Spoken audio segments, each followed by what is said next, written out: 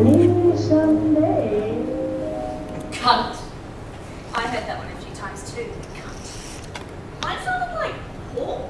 Mine sounded like my insides were thick. It wasn't anything out of the ordinary, you know, it wasn't great. Yeah, I laughed. Hair's over. And then, literally, I went home and I felt nothing, which is fine. And then I threw something against a wall. You know, when I was 13, there was this boy at school that really liked me. And I didn't like him, not like that. You know, we were friends. But he paid this other boy $5 to ask me on a date so they could all laugh at me. And when he asked me out, I said no. And I do wonder if he got to keep that thing. This guy at the pub, he was like looking me up and down, sizing me up and offered to buy me a drink. Is that all he asked you? And he said, yeah, nice everything. I'm going to buy you a drink. Like you deserve that. Yeah, like as if for just existing, I deserve a drink. I'll drink to that. To our existence. He looked me up and down as if he was losing interest unless I was careful, so I let out this weird, high-pitched giggle. Yes, exactly. It kind of means, yeah, okay, don't really know you. But I sized him up and he looked me up and down again, thinking, you know. So I said, okay, in my best come hither meets coy kind of way. I don't think I had one of those ways. You should have said, sure. I said, okay. And I think won him over. He said, hey, I'm Adam or Steve or... I couldn't really hear him over the music, but all I could focus on was this pimple on his neck that looked like it was going to burst right in my face at any moment. He said he worked in construction. He said, I'm good with my hands. I'm a gentle soul. I appreciate fine wine and living. Barely even hear him over the music. We just sort of like stared at each other, just drank and swayed for a bit. Yeah. I used to fall in love all the time. Like literally, I'd say I fall in love every 2 minutes. And then I would turn around and then literally there'd be someone that I wanted to fuck. And then the next day on the tram, right, I get on and there's this guy and he asked me if I wanted to go exploring with him. And then, so I did. And then the next 5 minutes, he had his hand up my skirt. And then the following week on the train, right, this other guy, he comes up to me and he asks me if I wanted to go out for dinner. And so I did, but I didn't want to. And we didn't kiss on the night or anything, but I always had this feeling that he wanted to say something. Like, and then I'd turn around and then there'd be someone else.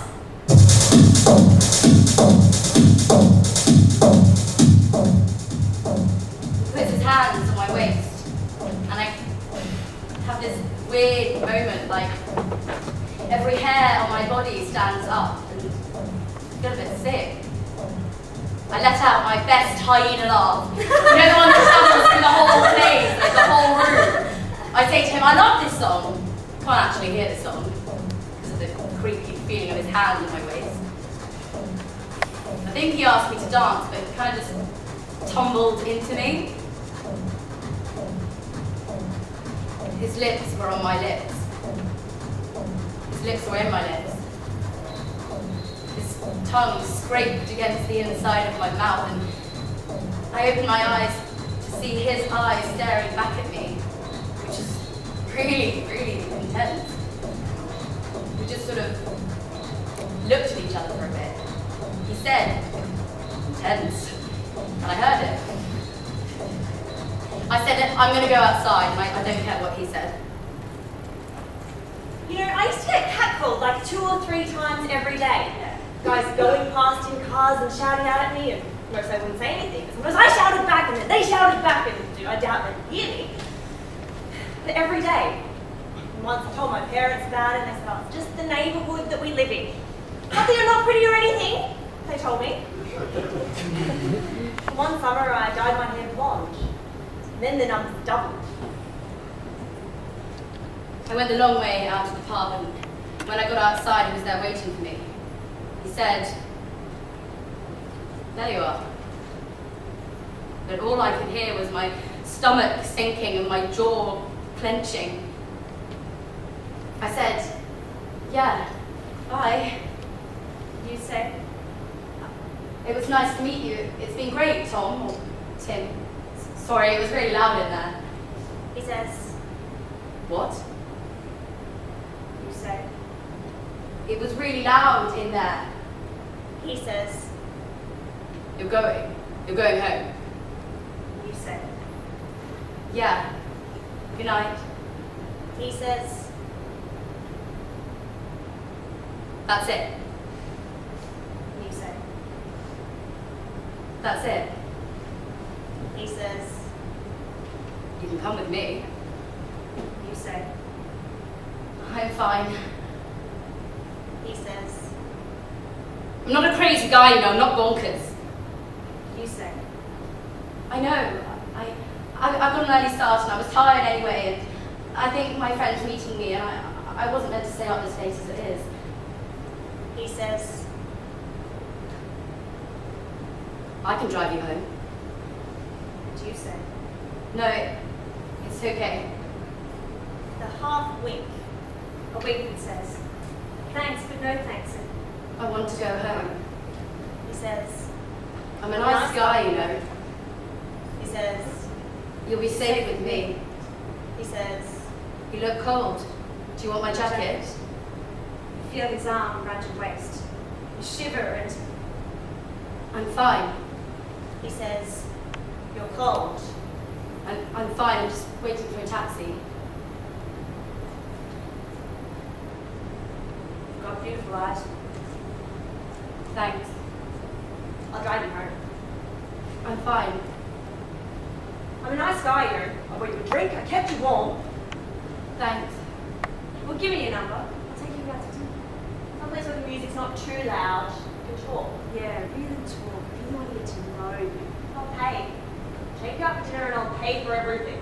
It'll be really nice. Come on. Come on. Come I'm on. busy. You're not that busy. Thanks. Oh, I'm no, okay. I'm so please. It's very kind of you. And then he said, "Cat!"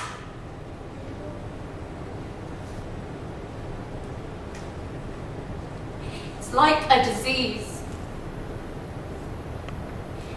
It runs over your skin and then it starts attacking and multiplying and attacking and attacking and attacking.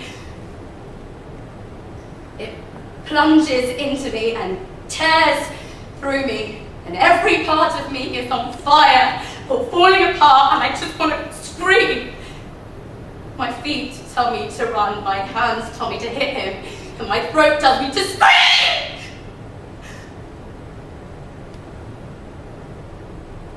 I say,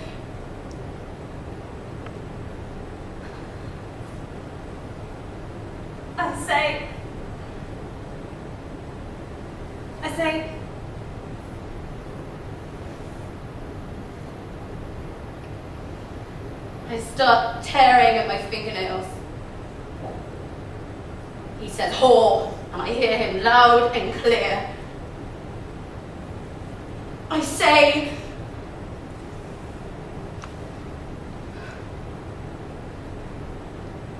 he turns and walks back into the pub, and the boom, boom, boom of the music swallows him up as the door closes behind him.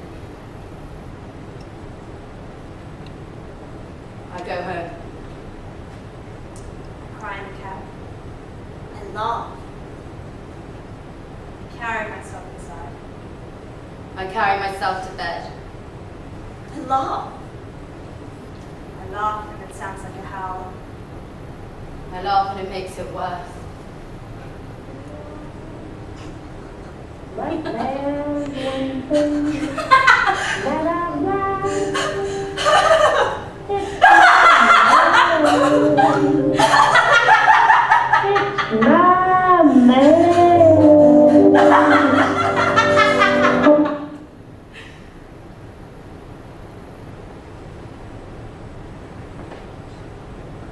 I go to bed. Better shut it all out. And it's like it never happened.